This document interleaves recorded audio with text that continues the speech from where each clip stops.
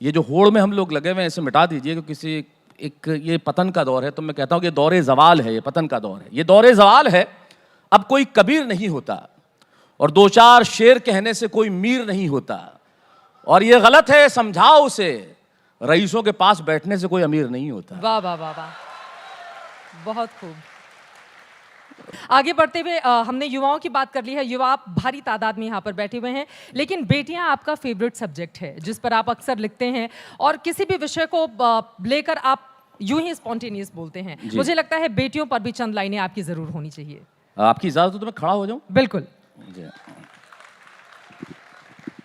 देखिए, चित्रा ने एक बहुत अच्छा विषय छोड़ दिया, और यकीन मानिए ये मेरा फेवरेट सब्जेक्ट नहीं है, सबका ही होना चाहिए।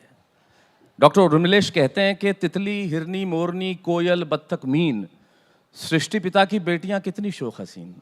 जो सृष्टि की हमारी बेटियां बोल। मैंने एक कविता लिखी, आप यकीन मानिए मेरी व्यक्तिगत कविता थी, मुझे नहीं मालूम था कि मैं जनता में कभी सुनाऊंगा, लेकिन जब एक बार सुनाई तो मुझे लगा ये कविता मेरी नहीं आपकी। और जब आज तक का भार कलीपुरी संभाल रही हूँ, मेरा इंटरव्यू चित्रा कर रही हूँ, तो उस वक्त ये कविता पढ़ना बड़ा ज़रूरी हो जाता है। ये कविता मैंने क्यों लिखी थी, उसके पीछे एक बहुत छोटी सी कहानी है। कुछ वर्ष पहले की बात है। मेरी छोटी सी बिटिया अब बड़ी हो गई है, बाहर पढ़ती है, मैं मुंबई में रहता। आप जानते हैं एक दिल्ली टेलीविज़न शो करने वाले को सब कुछ होता है, उसके पास वक्त नहीं होता। और मैं एक ज़माने में 4-4 शो एक साथ कर रहा था। तो मैं राजस्थान एक कार्यक्रम में गया, मैं राजस्थान का रहने वाला हूँ। तो मेरी बिटिया का फ़ोन आया मुझे, उसने अंग्रेजी में एक सवाल किया, बब्बू वेयर आर यू, आप कहाँ हैं? मैंने कहा मैं राजस्थान में हूँ, उदयपुर में। बोले आप जोधपुर मुझसे मिलने आ रहे हैं? मैंने कहा नहीं बेटा, नहीं आ पाऊँगा, मुझे ज़रूरी काम है। उसने फ़ोन रख दिया और थोड़ी देर बाद फ़ोन आया, पता नहीं उसने कहाँ सुना था कि उसने मुझ पर अप्लाई किया। मुझे एक सवाल किया उसने जी, क्या आप एक दिन किसी कार्यक्रम में जाते हैं तो कितना पैसा लेते हैं, व्हाट डू यू चार्ज? मैंने कहा तुम ये सवाल क्यों पूछ रही हो? कि नहीं, अगले हफ्ते मुझे मेरा एनुअल डे है, मैं परफॉर्म करने वाली हूँ, तो क्या मैं प्रिंसिपल को कहूँ कि आपको आपकी फ़ीस दे के एज ए चीफ गेस्ट बुलाए? यकीन मानिए उस दिन मैं दुनिया का सबसे गरीब आदमी हो गया। मेरे पास सब कुछ था, लेकिन इस सवाल का जवाब नहीं था। हम अपनों से कैसे दूर हो जाते हैं। यहाँ जितनी बेटियाँ बैठी हैं मैं उन्हें इनके नाम करता हूँ, और यहाँ जितनी बेटियों के बहनों के भाई बैठे हैं मैं उनके नाम ये पंक्तियाँ करता हूँ कि मैंने तब लिखा कि क्या लिखूँ, वो परियों का रूप होती है। क्या लिखूँ, वो परियों का रूप होती है, या कड़कती ठंड में सुहानी धूप होती है। एक मजदूर था, उससे किसी ने पूछा कि तेरा बेटा कितना बड़ा है? बोले साहब इतना बड़ा। बोले ये बताने का क्या तरीका हुआ? बोले बता 8 साल का है, 9 साल का है, 10 साल का है, बता इतना इतना इतना। ये क्या बता रहा है जी। बोले मजदूरों की जिंदगी में कैलेंडर तो होता ही नहीं साहब, तो दिनों का तो पता चलता नहीं, इसलिए उम्र का हिसाब नहीं है। और ऐसा इसलिए नहीं बता सकता कि सुबह जब काम पे जाता हूँ वो सोया रहता है, रात को आता हूँ तब तक सो जाता है। देखा ही ऐसे है साहब, ऐसे तो देखा ही नहीं। तो जब वक्त अपनों से दूर कर देता है तो क्या लिखूं, क्या लिखूं? वो परियों का रूप होती है, या कड़कती ठंड में सुहानी धूप होती है। वो होती है उदासी के हर मर्ज की दवा की तरह, या उमस में शीतल हवा की तरह। वो पहाड़ की चोटी में सूरज की किरण है, या जिंदगी सही जीने का आचरण है। वो आंगन में फैला उजाला है, या मेरे गुस्से पे लगा ताला है। जब हम गुस्से में घर में जाएं, बच्चा सामने आ जाए तो आप संयत हो जाते हैं। क्या लिखूं?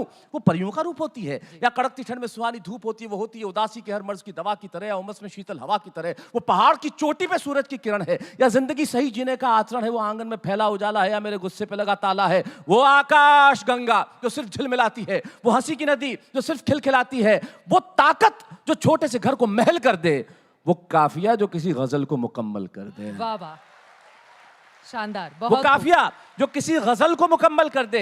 वो जो ना हो तो वर्णमाला अधूरी है। वो जो सबसे ज्यादा जरूरी है। ये नहीं लिखूंगा कि वो हर वक्त सांस सांस होती है, क्योंकि बेटियां तो सिर्फ एहसास होती है। वाह वाह वाह वाह, बहुत बेटियां तो सिर्फ एहसास होती है। अंतिम पंक्तियां सौंपता हूं कि उसकी आंखें ना गुड़िया मांगती है ना खिलौना। बच्चे वो नहीं मांगते जो आप चाहते हैं। उसकी आंखें वो चाहते कुछ और हैं, मांगते कुछ और हैं, आप देते कुछ और हैं। उसकी आंखें ना गुड़िया मांगती है ना खिलौना। कब आओगे?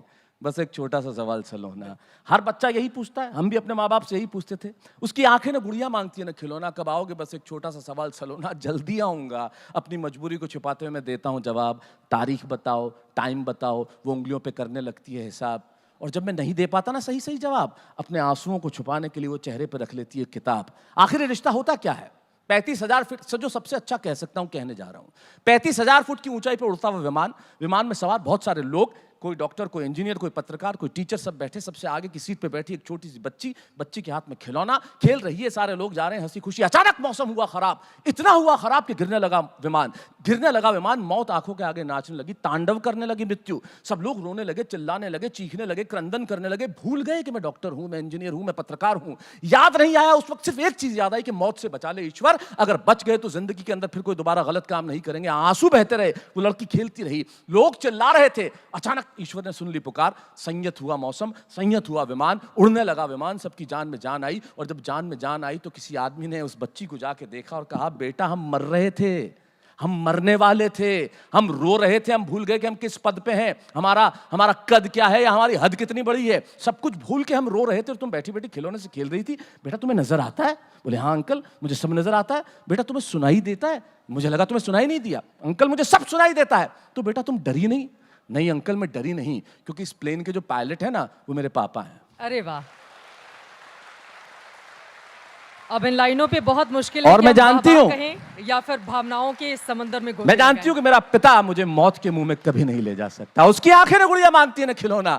कब आओगे? बस एक छोटा सा सवाल सलोना। जल्दी आऊंगा, अपनी मजबूरी को छिपाते हुए देता हूं जवाब। तारीख बताओ, टाइम बताओ, वो उंगलियों पे करने लगती है हिसाब। और जब नहीं दे पाता ना सही सही जवाब, अपने आंसुओं को छुपाने के लिए वो चेहरे पे रख लेती है किताब। वो मुझसे ऑस्ट्रेलिया में छुट्टियां, मर्सिडीज की ड्राइव, 5 स्टार होटल में डिनर या नए नए आईफोन नहीं मांगती।